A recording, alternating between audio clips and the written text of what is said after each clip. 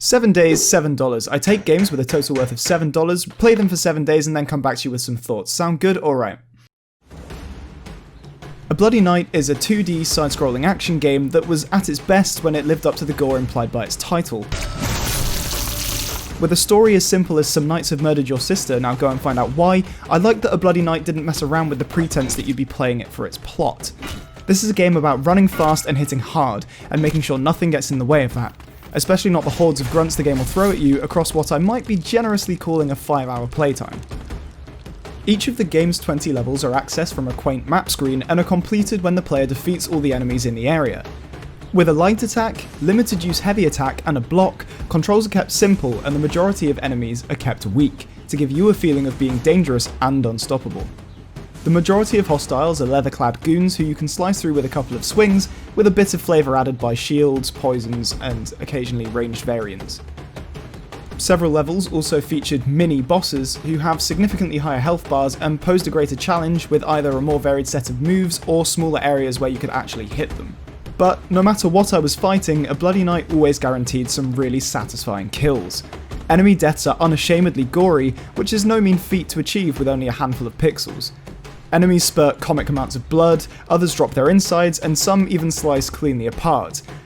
A lot of credit for that needs to go to the game's smooth animations, which really make the most of their 16-bit style canvas, with squelching sound effects also kind of elevating the imagination above what you're seeing on the screen.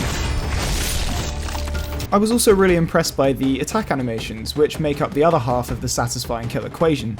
Sword swings felt swift, and were helped by nice touches like these wind swish effects. But they could also feel really heavy and powerful when they wanted to, with really loud sound effects and screen shake really selling the idea that you're carrying a huge weapon. A couple of other areas that really shone to me were the truly beautiful pixel art backgrounds, which honestly across all the levels are really lovely, and I also really appreciated the attention to detail that was paid to the music and sound design.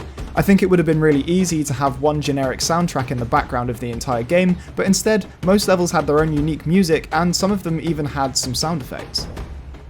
But whilst it certainly had its highlights, unfortunately A Bloody Night's diamonds are still very much surrounded by their rough. Combat that was initially satisfying ended up being really frustrating because the game would just artificially increase the difficulty by sending more and more enemies at you instead of making them harder to fight. This was made all the worse by the fact that some of the enemies that you down force you into an attack animation where you pummel their head in, which, whilst funny in a one-on-one situation, is really irritating when you're surrounded by knights because they're still able to attack you and you're left super vulnerable stuck in an animation, and I found myself dying a lot to just being ganged up on whilst I was being forced to attack someone else. However, the most annoying element of the game, and the reason I unfortunately have yet to beat it, is the level design. Whilst I could forgive the foreground not being maybe as attractive as the pixel art in the background, and I didn't really mind some of the levels having some pointless verticality, traps that fired from nearly off-screen, some sections of uninteresting backtracking, and explosive barrels placed around boss fights that could damage me as well, made it a little bit more frustrating to engage with. The worst offender was a tight-ceilinged corridor map that prevented me from using the top swing of my light attack that was normally the finishing blow. It meant I'd have to run up to enemies, hit them once, and then lure them back down the corridor to try and hit them again, which honestly felt just a bit more tedious than tactical. It's far from the worst problem in the world, but it took away time from what the game does best, which is moving quickly and cutting down lots of enemies all at once, which were always the moments I found the game to be most fun. But it's hard to be too harsh on A Bloody Night, because you can tell it's a passion project. You can tell by playing, and I confirmed it later on when I stumbled across the game's website, which had a lovingly made press kit and a manual that explained far more about the game than is initially described in the story.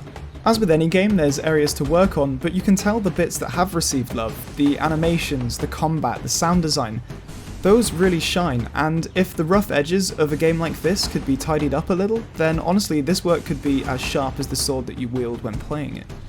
At $5.04, I certainly wouldn't be warding any players away from A Bloody Night, but I'll actively recommend it to anyone who's looking for a quick cut-to-the-chase arcade hack and slash, with maybe a word of warning that it occasionally stumbles over its own variety.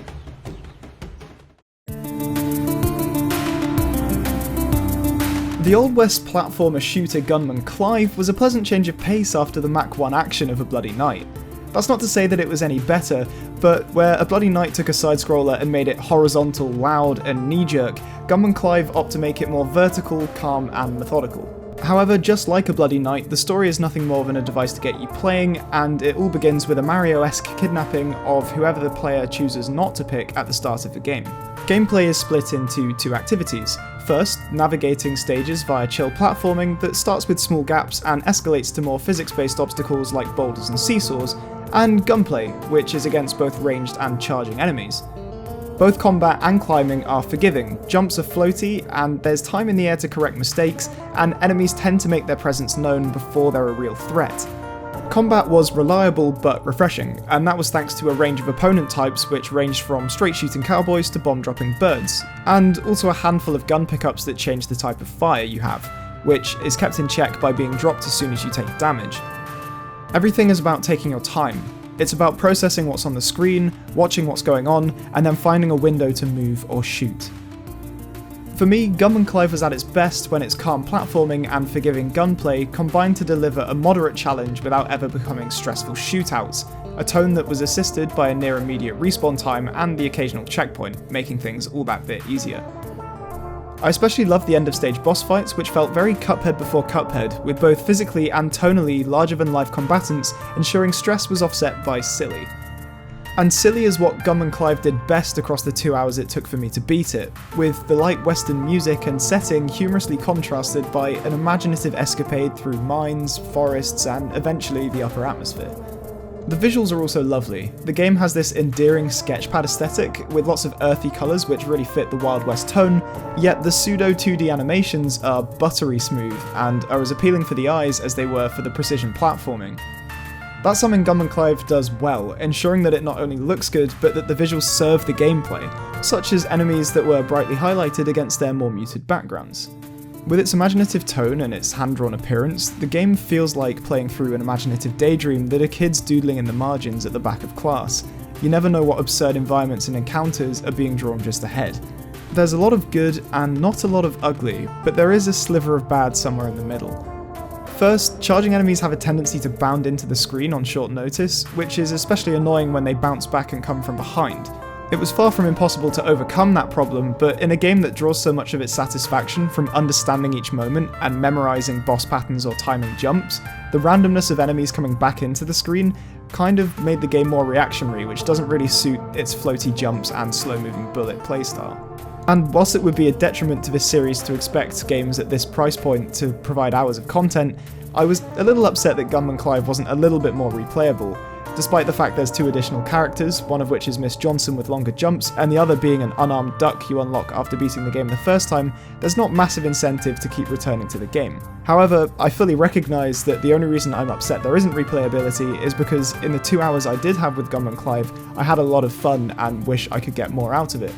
Luckily there's a sequel, maybe we'll come back to that.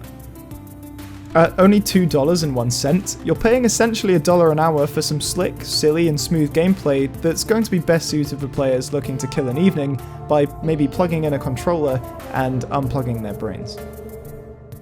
That's it for this week's 7 Days, $7 guys. Let me know what you thought of the show and if you liked it, or if you didn't like it. You can press the thumb up or thumb down, or you can leave comments, or you can just leave because it's a free country. But whatever you do, I hope you have fun. See you guys in the next one.